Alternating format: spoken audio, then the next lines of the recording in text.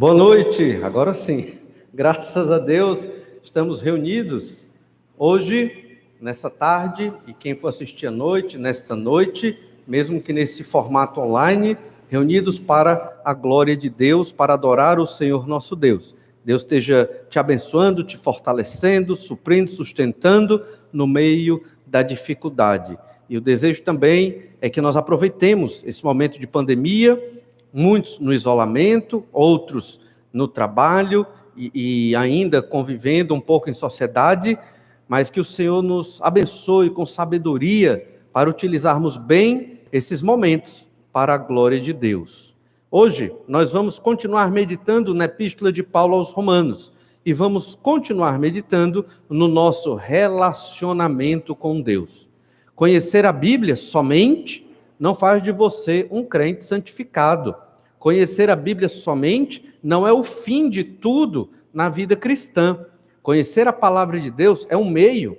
Para quê? Para conhecer o Senhor Jesus Cristo, para conhecer o Pai, o Filho e o Espírito Santo, para compreender tudo o que aconteceu conosco no que diz respeito à nossa justificação, à nossa salvação e, de modo especial, dentro do texto que estamos estudando, para nos relacionarmos com Deus.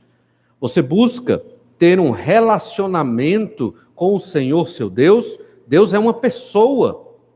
Deus, Ele quer que nós conversemos com Ele, não porque Deus precisa de nós, mas porque Deus é tanto amor, é tão grande no seu amor, que Ele quer despejar do amor dEle nas nossas vidas. Isso já aconteceu a nós que somos crentes no Senhor Jesus Cristo, no dia da nossa conversão, quando o Senhor plantou fé salvadora no nosso coração, o amor de Deus veio junto, nós temos hoje capacidade para amar de modo sobrenatural, perdoar o inimigo, amar quem nos maltrata, e isso vem de Deus, e o Senhor quer que a nossa vida seja abundante deste amor, mas para isso é necessário este relacionamento. E estamos estudando sobre o relacionamento com Deus a partir desta palavra reconciliação. Nós fomos reconciliados com Deus para ter um relacionamento com Ele. Estamos estudando Romanos 5, do verso 1 ao verso 11. Mas antes de ler o texto, nós já começamos a meditar nesse texto domingo passado e encerraremos hoje. Nós apresentamos 3 bênçãos que Paulo nos dá em Romanos, capítulo 5, do verso 1 ao 11, e faltou apresentar, expor a terceira destas bênçãos. Mas antes, é importante nós revisarmos um pouco do que nós estamos aprendendo na Epístola de Paulo aos Romanos. Isso é importante porque você deve ter a estrutura dessa carta na sua mente para que você compreenda, não só compreenda, mas se fundamente sua vida nessas verdades. A primeira delas é a depravação total do ser humano. O homem natural, sem Cristo, ele é completamente pecador, completamente corrompido pelo pecado. É o que nós chamamos de total depravação. Este homem pecador, ele não tem condição de escolher por Deus. Ele não tem condição de ir atrás de Deus. Não tem porque não quer, porque escolheu o pecado, ama o pecado e, consequentemente, é um idólatra. Adora ou a si mesmo, adora as coisas deste mundo, adora um animal, um objeto, mas não dá glórias a Deus. Foi o que nós lemos em Romanos capítulo 1, do verso 18 ao verso 32. E o verso 18 é interessantíssimo, porque ele diz: a ira de Deus se revela do céu contra toda impiedade e perversão dos homens, que detêm a verdade pela injustiça.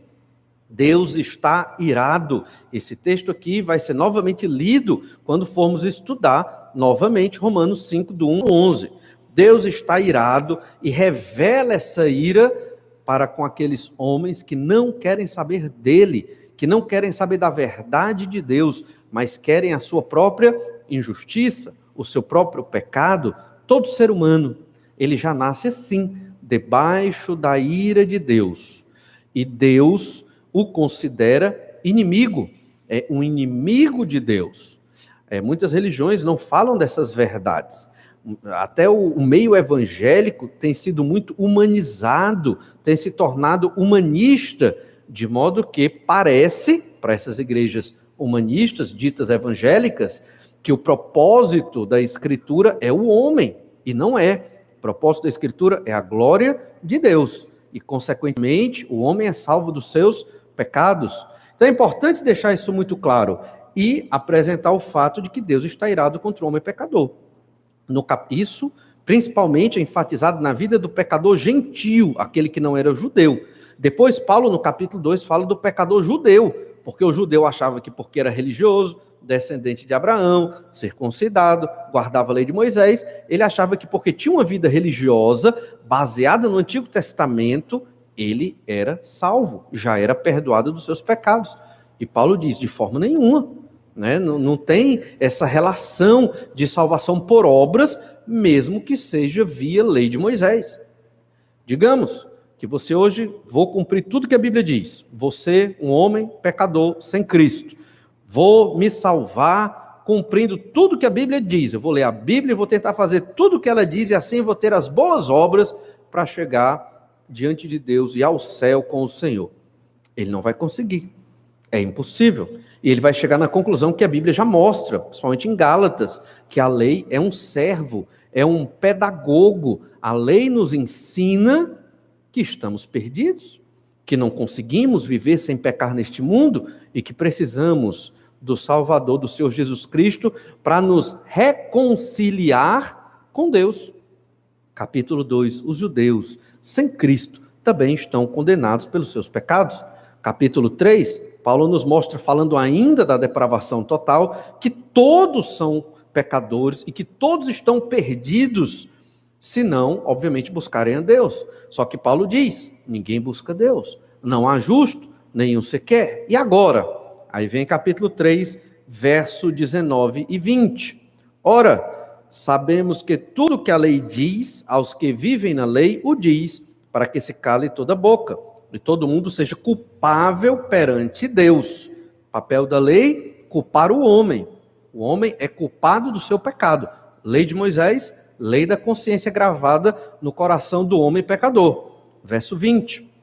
Visto que ninguém será justificado diante dele por obras da lei, em razão de que pela lei vem o pleno conhecimento do pecado. Verso 21. Mas agora, sem lei, se manifestou a justiça de Deus, testemunhada pela lei e pelos profetas. Justiça de Deus, mediante a fé em Jesus Cristo, para todos e sobre todos os que creem, porque não há distinção, pois todos pecaram e carecem da glória de Deus. E então ele fala da justificação pela fé de modo muito claro, tema da epístola que ele introduziu lá em Romanos capítulo 1, verso 16 e 17. Então, veja, falou da depravação total, capítulo 1, verso 18, até o capítulo 3, verso 18 também, 19 e 20, falando da lei, e a partir do 21, justificação pela fé. Capítulo 4, vimos o exemplo de Abraão, o caso de Abraão, que foi justificado pela fé. Antes de haver lei de Moisés, Abraão viveu séculos antes da lei de Moisés, aproximadamente 400 a 500 anos antes da lei dada por Deus lá no Monte Sinai a Moisés. O que é que acontece? Abraão é justificado por fé somente. Antes da circuncisão, que era em Gênesis 17, antes de sacrificar o cordeiro da providência para não sacrificar Isaque lá em Gênesis 22, Abraão foi justificado por fé. Se Abraão, que é o pai da nação, foi justificado por fé somente, não precisou trabalhar com obras para ser salvo, mas sem trabalho nenhum foi justificado, quanto mais gentios e judeus do século I e nós do século XXI. Abraão é um estudo de caso, é um modelo, é um argumento fortíssimo para os judeus da época, que a justificação é somente pela fé. Um criminoso é declarado justo somente pela fé no Senhor Jesus Cristo, e esta é a relação que nós devemos compreender da justificação pela fé. Diante de Deus, nós éramos criminosos, pecadores. O pecado se refere a um crime de desobediência à lei do Senhor, o supremo juiz, o soberano sobre tudo. E o Senhor nosso Deus enviou Jesus para morrer numa cruz pelos nossos pecados, porque somente alguém que seria homem E Deus, ao mesmo tempo, poderia nos substituir na condenação do inferno. E foi o que Jesus sofreu na cruz do Calvário, o inferno que nós iríamos viver por toda a eternidade. Jesus sofreu na cruz do Calvário para quê? Para que nós viéssemos a ser declarados justos. Só há justificação pela fé mediante o Senhor Jesus Cristo. E então, Paulo, no capítulo 5, ele introduz agora outra imagem, a imagem do relacionamento. Sai da imagem do fórum para ir para a imagem familiar. Justificação pela fé nos leva à reconciliação com Deus. A ideia é que nós nos intrigamos com Deus desde o nosso nascimento. Nós nos colocamos como inimigos de Deus. E veja que aqui a gente não está falando de igreja A, ou B ou C, ou movimento, denominação, nada disso. Aquela linha que é ecumênica e que diz que o nosso Deus é o mesmo Deus de outras igrejas por aí, de outras religiões, do islamismo, do budismo, isso aí está completamente errado, é uma completa incoerência, porque o Deus que se revela na palavra, na Bíblia Sagrada, nas Escrituras, ele se define nas Escrituras, dentro do possível que nós podemos compreender, obviamente, porque definir Deus é impossível, visto que Deus é infinito em tudo, mas nós conseguimos compreender um pouco de como o Senhor é. E o Senhor nosso Deus se apresenta nesse documento, na Bíblia Sagrada, e somente esse é Deus, o Senhor, o Pai do Senhor Jesus Cristo, a primeira pessoa da Trindade divina. Logo, Deus quer se relacionar conosco. Fomos salvos para nos relacionarmos com Deus. Quem não tem Cristo como Senhor e Salvador, não foi justificado pela fé em Jesus, não tem relacionamento com Deus. Mesmo numa igreja evangélica. Você pode estar indo para a igreja, entoando cânticos, carregando sua Bíblia, né, se ajoelhando, fazendo jejum, servindo em obras da igreja. Você pode fazer tudo isso. Se você não creu no Senhor Jesus Cristo, você não está tendo um relacionamento com Deus. Tudo que você está fazendo é uma obra vazia, porque não tem sentido, porque você não está se relacionando com Deus, você não está no caminho que é o Senhor Jesus Cristo para este relacionamento. Jesus nos reconciliou com Deus. É o tema destes versículos de Romanos 5, do 1 ao 11. E nós observamos 3 bênçãos. Domingo passado falamos de 2. A primeira é que a reconciliação trouxe paz com Deus. Olha o verso 1, Romanos 5, 1. Justificados, pois, mediante a fé, temos paz com Deus, por meio de nosso Senhor Jesus Cristo, por intermédio de quem obtivemos igualmente acesso pela fé a esta graça, na qual estamos firmes e gloriamo-nos na esperança da glória de Deus. Então você percebe claramente que fomos reconciliados para ter paz com Deus. Éramos inimigos. Perceba quantas vezes nos versículos subsequentes aparece a expressão morte. O preço foi muito caro para que nós tivéssemos esse relacionamento com Deus. E temos paz. Paz aqui é paz com Deus. Não é paz no sentido de vida tranquila, vida sem problema. Não é isso. Porque nós vemos na Escritura que o Senhor Jesus Cristo teve muitas dificuldades na vida, não por causa dele, mas por nossa causa.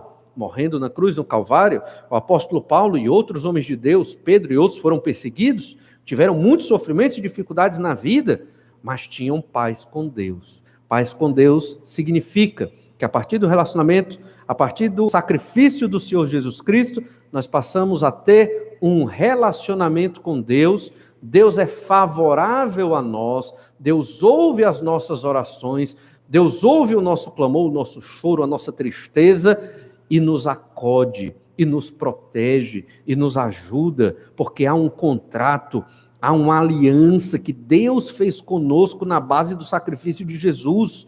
Essa aliança não depende de nós, porque nós não conseguimos cumprir muita coisa devido à nossa natureza de pecado. Não estou falando isso para justificar os nossos pecados, mas é uma realidade. Mas o Senhor não falha ao cumprir as suas promessas de nos ajudar, de nos fortalecer, de nos amparar em tudo na nossa vida. Temos um contrato, um acordo, uma aliança com Deus, que Deus fez conosco, temos um relacionamento pacífico, não somos mais inimigos de Deus, agora podemos dizer que somos amigos. Que pretensão, não é verdade? Se dizer amigo de Deus. E somos. Mas por quê? Porque Deus quis ser nosso amigo. O Senhor Deus é a pessoa que mais nos ama, é o nosso melhor amigo, é aquela pessoa que jamais vai nos trair, jamais vai nos abandonar, jamais. Você pode até achar que Deus te abandonou, mas jamais Ele vai nos abandonar. Lembre-se do Senhor Jesus Cristo, quando clamou na cruz: Deus meu, por que me desamparaste? E naquele momento, sim, o Pai desamparou o Filho, abandonou o Filho. Deus nunca vai nos abandonar, porque o Senhor abandonou Jesus naquele momento na cruz. Por quê? Porque os nossos pecados estavam sobre Cristo. Ele foi o Cordeiro de Deus naquele momento sacrificado, e o relacionamento entre pai e filho na história do infinito foi rompido naquele momento, para ser restaurado logo depois, obviamente, quando o Senhor Jesus ressuscita. Mas perceba que agora temos paz com Deus mediante o sacrifício do Senhor Jesus. Outra grande bênção que recebemos estão nos versículos 2 e 4, a reconciliação trará a esperança da glória. Perceba que a reconciliação trouxe paz, evento passado para quem já se converteu. Agora, a reconciliação aponta para o futuro, trará a esperança da glória, uma rica esperança que nós temos de que estaremos com o Senhor nosso Deus.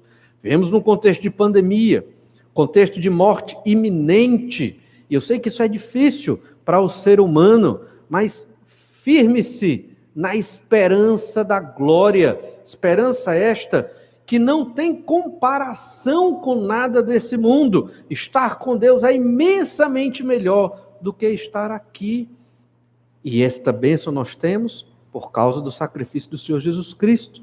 Quando estivermos na glória com Deus, e esta é a nossa esperança, teremos um relacionamento mais próximo e íntimo do Senhor.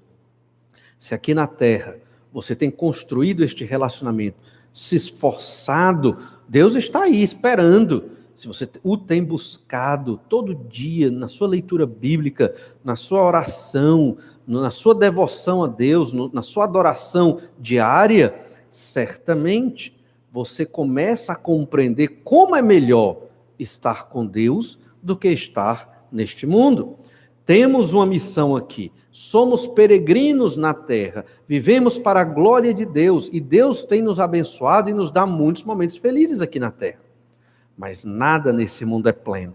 Se você busca plenitude aqui, você não vai encontrar. E o que é que eu estou dizendo por plenitude? Eu quero ter uma profissão onde eu estou 100% realizado. Não vai ter. 100% não vai. Sempre vai ter um problema. Eu quero viver numa família onde todos nós nos amamos plenamente, família que não tem defeitos nem problemas. Não vai ter, porque não existe, porque somos todos pecadores, mesmo os crentes redimidos por Jesus são pecadores. Quero uma igreja de pessoas 100% amorosas, adoradores 100% honestos, não vai ter, porque não tem essa igreja na terra, só quando a igreja, a noiva do Cordeiro, se encontrar com o seu noivo, aí a igreja vai ser plenamente pura. Aqui na terra estamos lutando por esta purificação, mas somos pecadores. Não há plenitude em nada aqui na terra, porque tudo foi corrompido pelo pecado, a própria criação. Mas na glória com o Pai, tudo será perfeito. Esperança da glória. Essa é a nossa grande esperança de estar com Deus, nos gloriando ali com o Senhor nosso Deus. E então, chegamos na terceira e última bênção, que é o nosso objetivo de hoje, é que a reconciliação que o Senhor Jesus Cristo proporcionou entre nós e Deus, nos traz o amor de Deus sobre nós. Paz, esperança da glória e o amor de Deus sobre nós. E a maior parte desse texto, do verso 5 ao 11, trata exatamente do amor. O grande amor do Senhor Jesus Cristo por nós, e outros textos nesta epístola vão nos mostrar o tamanho deste amor. Porque o amor de Deus é um amor desinteressado. Deus não tinha nada a lucrar nos criando e posteriormente nos salvando da condenação dos nossos pecados. Porque Deus é infinito em tudo, o Senhor é pleno de tudo, o Senhor não nos criou para nos amar porque Ele precisava amar alguém. Pai, o Filho e o Espírito Santo, a Trindade divina, 3 pessoas, se amam plenamente, desde o infinito passado até o infinito futuro, e eles não precisam de mais ninguém. Deus se completa. Deus não precisa de nada, nem de ninguém. Por que nos criou? Porque Deus é tanto amor, e é tão grande em amor, que Ele quis nos dar do amor dEle, para o nosso bem. Escolhemos o pecado, nosso pai Adão, consequentemente, nos afastamos de Deus, mas o Senhor nos trouxe de volta, a partir da justificação pela fé no sacrifício de Cristo, nos reconciliando com Deus. Olha Romanos capítulo 5, verso 5. Ora, a esperança não confunde, porque o amor de Deus é derramado em nosso coração pelo Espírito Santo que nos foi outorgado. O amor de Deus não traz confusão. Na verdade, a esperança não traz confusão. Significa que essa esperança não falha. Essa é a ideia, uma expressão talvez um pouco confusa para nós, mas a ideia é que a esperança não falha, ela não confunde, ela vai se realizar, essa esperança vai se concretizar lá na glória para toda a eternidade quando estivermos com Deus. Porque o amor de Deus é derramado. Por que ela não falha? Por que essa esperança não vai deixar de ocorrer? Esperança é algo que você espera. Nós esperamos o céu com Deus, o paraíso com Deus, novo céu e nova terra, ressurreição do nosso corpo, para viver eternamente com o Senhor, plena alegria, plena felicidade, sem dor, sem sofrimento e sem morte, na vida eterna com o Senhor nosso Deus. Essa esperança, ela não vai falhar. Por quê? O amor de Deus é derramado em nosso coração. Esse amor foi derramado no dia da nossa conversão. E aí nós podemos agora não só compreender o amor de Deus por nós, mas agora nós temos uma base do que é amor. As pessoas que não creem no Senhor Jesus Cristo, elas não sabem o que é amor. Para as pessoas, amor pode ser confundido com a relação íntima entre homem e mulher. Amor pode ser confundido com eu tratar bem as pessoas, só que eu só trato bem as pessoas, obviamente, se elas me tratarem bem. Por que eu vou tratar bem uma pessoa que não me tratou bem? Não é verdade? E o amor é enviesado, não é o amor de Deus, não é como a Bíblia expressa. Pelo texto bíblico, nós percebemos que Deus derrama o amor dele sobre os seus filhos, sobre aqueles que foram convertidos, justificados por fé. Deus amou aos pecadores e por isso os regenerou, os reconciliou através do sacrifício de Cristo, e isso fez com que nós também conseguíssemos amar um pouquinho como Deus ama. E ainda diz, derramou em nosso coração pelo Espírito Santo que nos foi dado. Espírito Santo de Deus, que de modo sobrenatural habita em nós, não sabemos como, mas ele habita em nós no sentido de nos abençoar, de nos capacitar, de nos fortalecer, de nos mostrar como devemos amar uns aos outros, inclusive amar os nossos inimigos.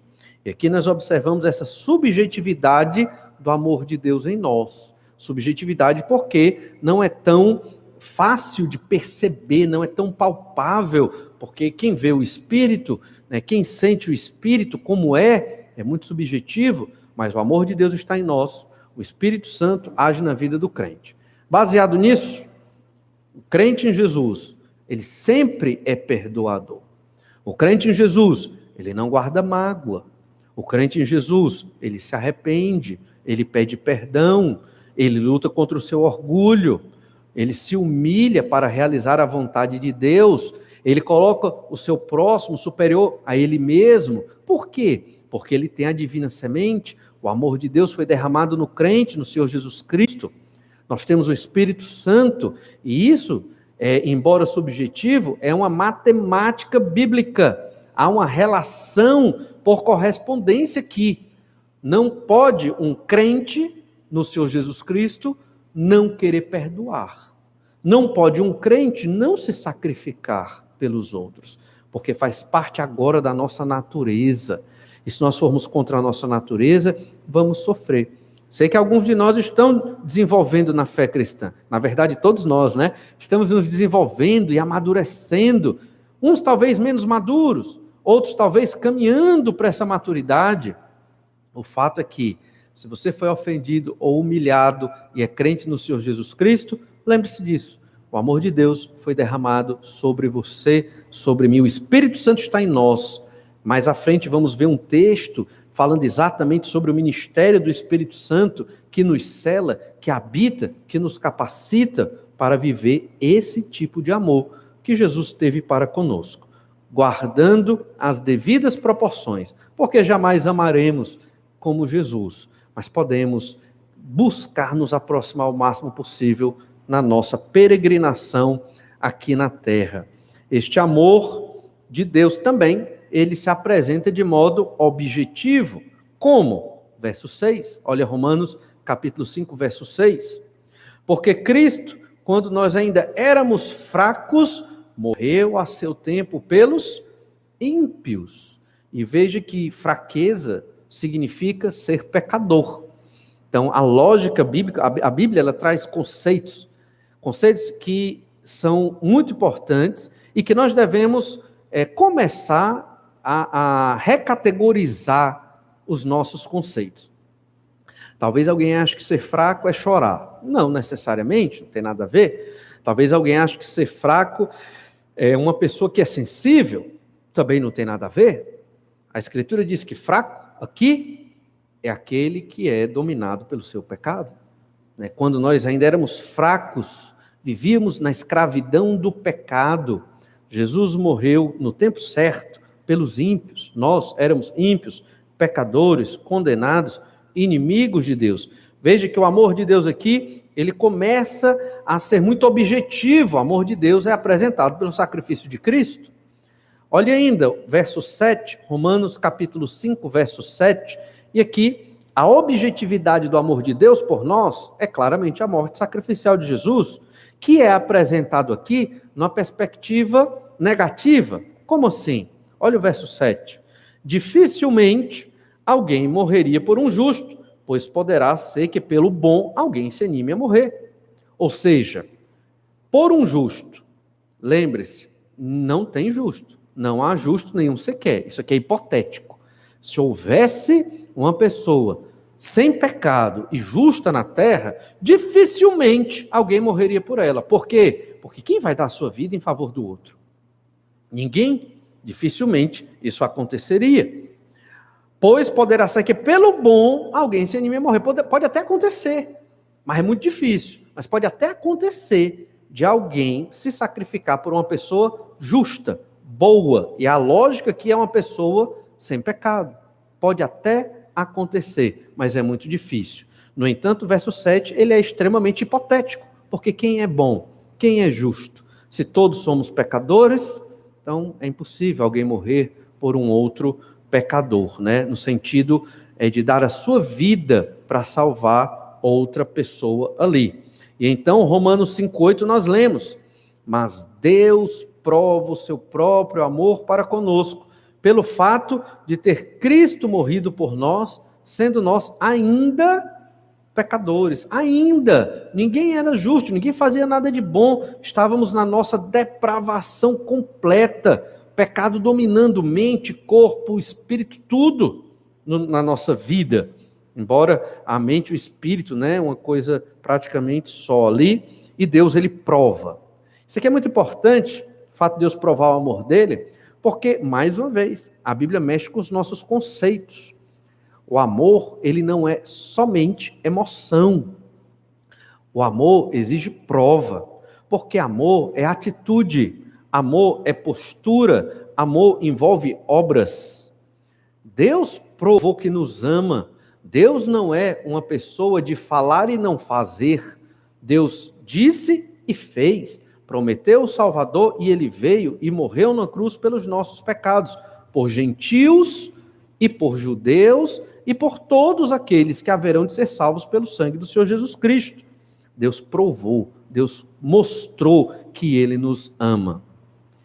Nós, na nossa cultura ocidental, uma cultura extremamente pós-moderna, extremamente emotiva, emocional, existencial, nós que vivemos nesse tipo de cultura, nós, quando eu digo nós, pensando aqui na sociedade de modo geral, lê amor como emoção, êxtase, empatia, é amor. Então, quando a pessoa me trata bem, eu entendo que eu tenho que corresponder de modo positivo, porque aquela pessoa me tratou bem. E às vezes nem isso acontece, né? A pessoa trata você bem e eu posso tratar mal por várias razões. O fato é que amor está muito envolvido com emoções. E nós temos que ter muito cuidado, porque amor, assim como é com Deus, deve ser conosco também. Amor envolve atitude, decisão. E aqui podemos tomar como exemplo um casamento. Se um casamento, ele é entre um homem e uma mulher, é fundamentado somente nas emoções e em empatia e no que um faz de bom para o outro, nesse acordo, eu te amo se tu me amar, eu faço o bem para ti se tu fizer o bem para mim, esse casamento não vai durar. Por quê? Porque a natureza do homem, o tipo de amor que está no coração do ser humano, ele é um ser humano pecador, não é um amor que sustenta, é um amor emoção, é um amor passageiro, que muitas vezes a gente chama de paixão romântica. O amor que Deus derramou sobre nós, através do sacrifício do Senhor Jesus Cristo, para nos salvar, para nos justificar na fé, esse amor age de modo que nós podemos viver em uma atitude de amor, entendendo que na terra nós estamos numa peregrinação. Qual a relação? Muitas vezes, nós só queremos ser amados, nós só queremos receber, porque a vida é curta. Enquanto eu estou vivo, eu quero aproveitar o máximo possível. Esse é um pensamento ateísta, os ateus é que pensam dessa forma. Nós que somos cristãos e nos fundamentamos na Bíblia, devemos entender que vamos viver a eternidade com Deus, e que na eternidade é que temos relacionamentos plenos, e que enquanto estamos aqui na terra, temos que imitar o Senhor Jesus Cristo e o próprio Pai. Como? Amando aos outros, mesmo quando não somos correspondidos. Você já pensou em amar o seu marido e a sua esposa, mesmo que ele não corresponda como você gostaria? O ideal, e é o que nós suplicamos a Deus, é que marido e esposa se amem o máximo possível, um buscando amar o outro, sem esperar algo em troca. Quando isso acontece, casamento é uma bênção, é uma maravilha, é uma dádiva que o Senhor nos dá. Mas, às vezes, um ou outro se torna mais egoísta, quer ser amado, e eu só amo de volta se eu receber algo que eu gosto, e às vezes isso não funciona muito bem, normalmente não funciona. Resultado, ocorrem dificuldades e problemas. E é por isso que nós devemos entender o amor como Deus está expressando aqui. Deus prova o seu próprio amor para conosco pelo fato de ter Cristo morrido por nós, sendo nós ainda pecadores. Ou seja, não tínhamos nada para oferecer a Deus e a Jesus. Ímpios, perdidos, e o Senhor nos resgatou. Que grande amor! E até hoje é assim. Deus nos abençoa, Deus nos fortalece, mesmo nós não tendo nada para dar de volta a Ele. A nossa adoração não é algo que paga o que Jesus fez por nós. A nossa adoração é uma expressão de gratidão e de alegria por tudo que Jesus fez e ainda fará por nós. A morte de Cristo nos garante esse amor de Deus por nós e nos mostra que o nosso amor é uma atitude, é uma decisão. Eu vou amar aquela pessoa, independente do que ela fez para comigo, e Deus vai me capacitar a ter força e condição de amar aquela pessoa que me maltratou ou causou alguma dificuldade na minha vida. Mas também observe que a morte de Cristo, ela provê uma segurança eterna. Romanos 5:9. Logo, muito mais agora, sendo justificados pelo seu sangue, seremos por ele salvos da ira. Então, muito mais agora que nós somos salvos, reconciliados, justificados pelo sangue do Senhor Jesus, seremos salvos da ira. É uma garantia, é uma certeza ser salvos da ira. Que ira? Aí você lembra de Romanos capítulo 1, verso 8. A ira de Deus. Deus está irado contra o pecador, o homem natural, o homem sem Cristo, o ímpio.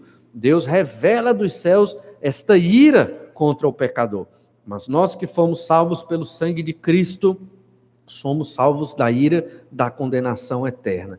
E também da ira, que a Bíblia chama de o dia do Senhor. O dia do Senhor é uma expressão que trata de um evento escatológico, um evento futuro, um evento de trevas. Por que de trevas? Porque Jesus vem neste dia chamado Dia do Senhor, que não é um dia de 24 horas, mas é um evento. Isso acontecerá certamente ali pelo final da grande tribulação. O Senhor Jesus Cristo estará vencendo os exércitos do anticristo, do falso profeta, e começará a implantar o reino de Deus na terra, e essa é uma expressão do dia do Senhor. Estaremos livres desta ira, por isso que cremos que a igreja do Senhor Jesus será arrebatada antes desse período de tribulação, dos 7 anos de tribulação, não somente por esse texto, mas outros textos também fundamentam, mas especificamente aqui, tomando a palavra salvos da ira. A expressão seremos por ele salvos da ira significa que não sofreremos a ira de Jesus contra os pecadores. Olhe ainda Romanos 5,10. Porque se nós, quando inimigos, fomos reconciliados com Deus mediante a morte do seu Filho, muito mais estando já reconciliados, seremos salvos pela sua vida. Olha a relação morte e vida de Jesus. Nós vimos quantos desses versículos aqui falam da morte de Jesus. Vários desse texto, do verso 1 ao verso 11, enfatizam a morte de Jesus. Pela morte nós fomos reconciliados. E pela vida de Jesus seremos mais reconciliados ainda. Em que sentido? Esperança da glória. Estaremos ressuscitando como Jesus ressuscitou. Herdeiros, co-herdeiros com Cristo. Reinaremos com Cristo. Tudo isso porque Jesus morreu na cruz pelos nossos pecados. Pela fé, irmãos, ouvindo todas estas bênçãos, por que você está triste? Por que você liga tanto para o seu sofrimento? Por que você perde tanto tempo buscando realização nessa terra? Por quê? Se Deus nos deu, amém, é bênção de Deus, profissão, prosperidade, louvado seja o Senhor por isso.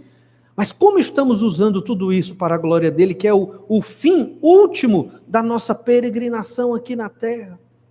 Quando sofremos, muitas vezes acabamos dando muita atenção ao nosso sofrimento e acabamos nos colocando no lugar de Deus e retiramos a glória de Deus. Toda a glória deve ser dada ao Senhor, até mesmo no nosso sofrimento, até mesmo na nossa dificuldade. Observe, não só nesse texto, mas toda a epístola aos Hebreus é assim. Mas veja nesse texto quantas vezes o apóstolo repete e repete nesses 11 versículos o Senhor Jesus Cristo. A salvação é até repetitivo. Se você está assistindo e está com essa impressão, o pastor está repetindo demais as mesmas coisas, é porque o texto está repetindo as mesmas coisas. Se você observa, capítulo 5, verso 1, temos paz com Deus por meio de nosso Senhor Jesus Cristo. Deus, Jesus. Mais uma vez, nós observamos isso no verso 5. O amor de Deus é derramado e vem o Espírito Santo logo depois. A terceira pessoa da Trindade, verso 6, Cristo, quando morreu, e depois faz referência à morte de Cristo no verso 7, e no verso 8, Deus de novo, e Cristo de novo, e no verso 9, faz referência a Jesus com o sangue de Cristo, e no verso 10, Deus novamente, seu Filho, e no verso 11, Deus o Senhor Jesus Cristo. Quase todos os versículos aqui apontam para o Pai, para o Filho, e pelo menos o verso 5, para o Espírito Santo, porque toda a glória é de Deus e tem que ser de Deus. A nossa glória é conhecer a Deus. Então, se você vai se gloriar, e se eu vou me gloriar de alguma coisa, é por conhecer o Senhor Jesus Cristo, é porque Ele me salvou e porque nós temos um relacionamento com o Pai. Então veja, Verso 10, porque se nós, quando inimigos, fomos reconciliados com Deus mediante a morte do seu Filho, a morte nos reconciliou, nos tirando da situação de inimigos. Agora, já reconciliados, seremos salvos pela sua vida, como Jesus ressuscitou. Nós também ressuscitaremos. E esse versículo está dizendo que nós já somos salvos, mas ainda seremos, porque ainda vivemos no pecado. Em breve viveremos sem pecado, quando a nossa peregrinação aqui na terra acabar e nós estivermos eternamente vivendo com Deus no paraíso, para em breve ressuscitar e viver no novo céu e na nova terra. Perceba então como Deus é glorificado nesse texto, o Senhor Jesus Cristo, porque nos reconciliou com o Pai. O verso 1, que nós acabamos de ler, tem uma relação muito próxima com o verso 11. Olha o que diz o verso 11, o último versículo do nosso texto. E não apenas isto, mas também nos gloriamos em Deus, por nosso Senhor Jesus Cristo, por intermédio de quem recebemos agora a reconciliação. Recebemos esta reconciliação e nos gloriamos em Deus e no Senhor Jesus Cristo. Essa é a nossa alegria. Não temos motivo de tristeza, não temos motivo de ficar focados no sofrimento e nas dificuldades. Sei que é difícil e devemos entregar a Deus todo o nosso sofrimento e suplicar ao Senhor forças. Ele é o nosso alicerce, é o nosso fundamento, é o nosso escudo, refúgio. Deus é quem é por nós no meio do sofrimento. Mas devemos nos gloriar em Deus, porque Jesus, com sua morte na cruz e ressurreição, nos reconciliou com Deus. O texto começa dizendo que nós fomos justificados pela fé. E o texto termina dizendo que nós fomos reconciliados com Deus. Temos um relacionamento com o Senhor. Éramos inimigos, nos tornamos filhos da família divina. Que privilégio e que bênção. Foi isso que aconteceu conosco, mediante a fé no Senhor Jesus Cristo. E essas são as ricas bênçãos espirituais que nós temos, que fala lá em Efésios capítulo 1, a partir do verso 3. E é isso que deve nos motivar. A nossa motivação para estar na igreja, para pregar o evangelho, para sofrer por Jesus, para amar um irmão que não me ama, para amar um parente que não quer saber de mim, para poder ajudar e amar as pessoas desinteressadamente, é porque Jesus morreu na cruz para me justificar pela fé e me reconciliar com Deus. E eu tenho um relacionamento com Deus. E a grande pergunta que fizemos domingo passado, como está o seu relacionamento com Deus? Saiba que o Senhor está sempre aberto, está de braços abertos para nos receber.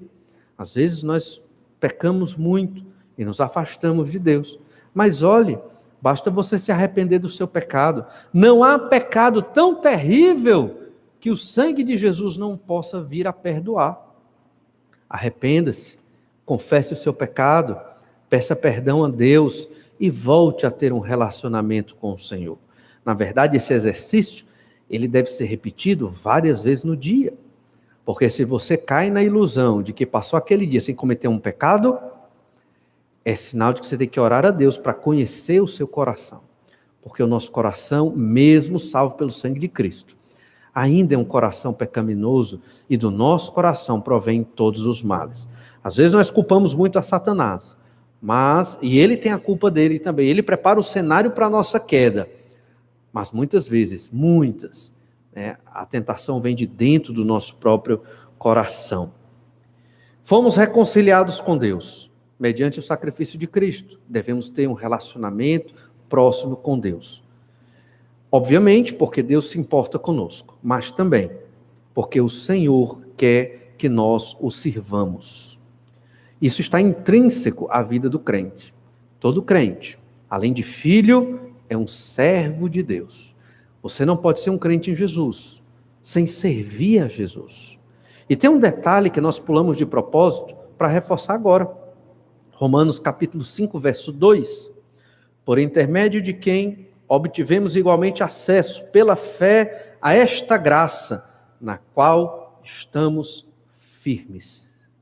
E esse é o detalhe. Estamos firmes na graça de Deus. Paulo disse isso e pressupôs que os crentes da igreja de Roma estavam firmes também. Nós crentes, irmãos, devemos estar firmes na graça de Deus. Quem está firme na graça do Senhor Jesus, deixa de olhar para si e começa a olhar para a vontade de Deus, para aquilo que Deus quer, para aquilo que Deus gosta. E essa é a ideia, estejamos firmes. Por quê? Justificação pela fé, reconciliação com Deus. Temos um relacionamento com Deus e agora podemos estar firmes nesta graça, prontos para servir ao Senhor naquilo que Deus quer que o sirvamos. Há um texto que nós vamos ler agora, segundo os Coríntios, capítulo 5, verso 18, que também fala de reconciliação e de serviço para aqueles que estão firmes. Olha segundo os Coríntios 5, 18. Ora, tudo provém de Deus, que nos reconciliou consigo mesmo por meio de Cristo e nos deu o ministério da reconciliação. Veja como esse versículo sintetiza muita coisa, abarca muita coisa. Tudo provém de Deus, tudo vem do Senhor, porque Deus é soberano sobre tudo, e Deus dá tudo e providencia tudo.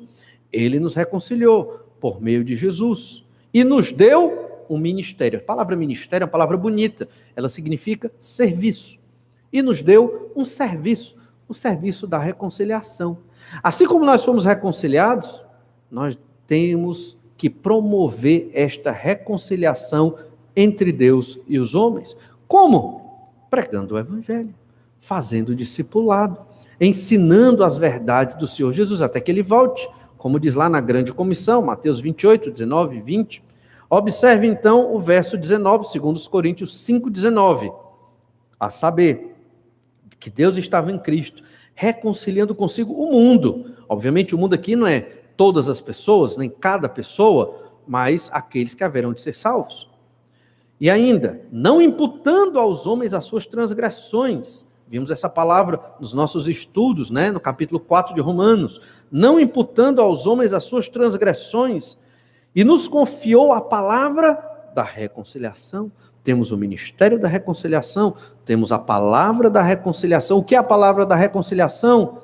É o Evangelho do Senhor Jesus Cristo. É pregar o Evangelho do reino, para que o homem pecador se arrependa e seja reconciliado com Deus mediante o sacrifício de Cristo. Verso 20. De sorte que somos embaixadores em nome de Cristo, como se Deus exortasse por nosso intermédio, em nome de Cristo, pois rogamos que vos reconcilieis com Deus. Embaixadores, representamos Deus na terra. Cada crente em Jesus é um representante de Deus na terra. Eu e você representamos o Senhor, o serviço da reconciliação, a palavra da reconciliação. Temos que proclamar esta reconciliação entre Deus e os homens, para que os homens pecadores perdidos se arrependam dos seus pecados e sejam salvos. Quando nós falamos a palavra de Deus, o evangelho do reino, o evangelho da reconciliação, é como se Deus falasse por nosso intermédio. Exortar aqui é a ideia de aconselhar. É como se Deus falasse por nós. Você percebe o tamanho do poder que Deus nos deu?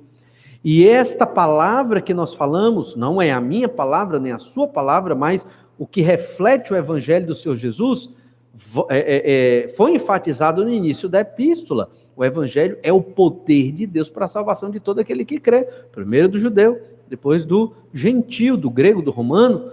Então, Paulo está conectando tudo aqui. Na verdade, é a mesma mensagem, é o mesmo ensino que ele deu para os romanos, está falando aqui para os coríntios, só que de uma maneira muito específica. Nós temos que servir a Deus, estar firmes na graça para pregar a salvação em Cristo. Esse é o nosso ministério. Esse é o grande serviço da igreja. Olha, é muito bom na igreja, quando passar essa pandemia, se Deus quiser, nós vamos fazer muito isso.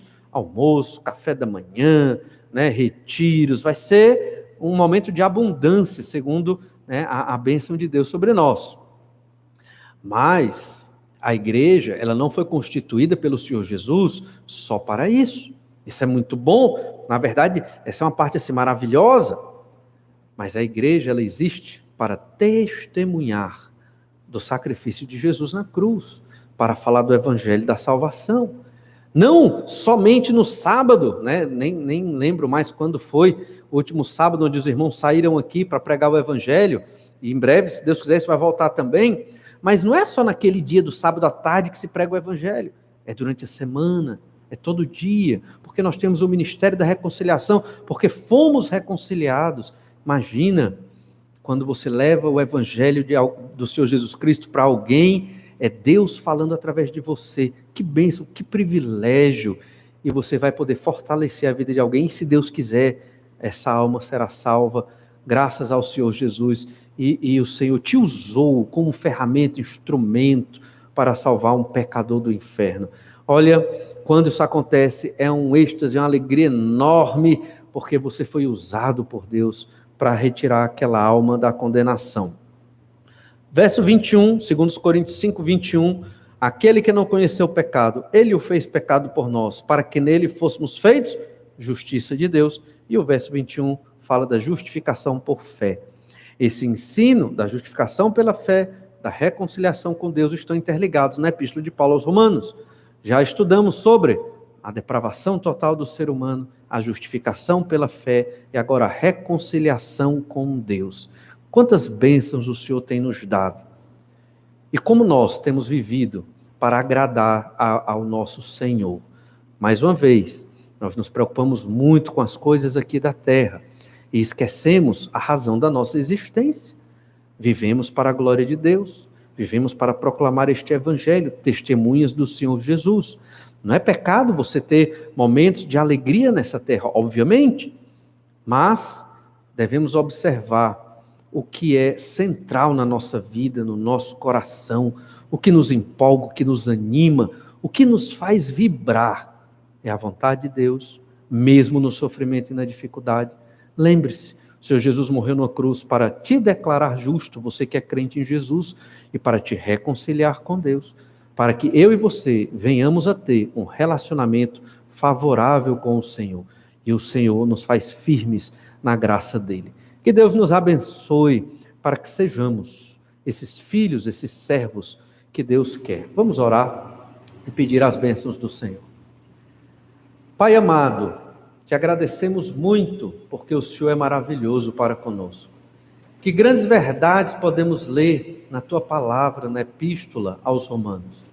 Senhor Deus, obrigado. Nem temos palavras para agradecer a tudo que o Senhor fez por nós, nos dando uma vida maravilhosa, apesar dos nossos pecados. Ajuda-nos, ó Pai, como tua igreja, a não perdermos tempo com as coisas deste mundo. Ajuda-nos, ó Pai, como tua igreja, a estarmos nos dedicando ao ministério da reconciliação, que o Senhor confiou a nós. Poderia ter dado aos anjos, mas deu a nós para levar este evangelho. Ajuda-nos, ó Pai, a termos este amor por Ti, porque o Senhor nos amou de modo extremo, como observamos aqui, de modo incondicional, sem exigir nada em troca. O Senhor é um Deus amoroso, maravilhoso, paciente, misericordioso conosco. Nos capacita, ó Pai, a olharmos menos para nós e mais para a glória do Teu nome, para que o Senhor seja honrado, que a doutrina da justificação pela fé, da reconciliação dos santos, ela venha nos transformar mais e mais para a nossa santificação, que é o tema mais à frente que Paulo vai tratar nessa epístola. Obrigado por tudo, Pai amado, nos fortalece no meio do sofrimento, é o que te pedimos, no nome do Senhor Jesus é que oramos. Amém. Deus esteja abençoando você, sua família, nesta semana que se inicia. Aproveite o tempo para orar, fazer seu devocional, cultos no lar, em família, e até, se tiver oportunidade, para levar o evangelho da reconciliação do Senhor Jesus Cristo. Que Deus te abençoe e uma boa noite.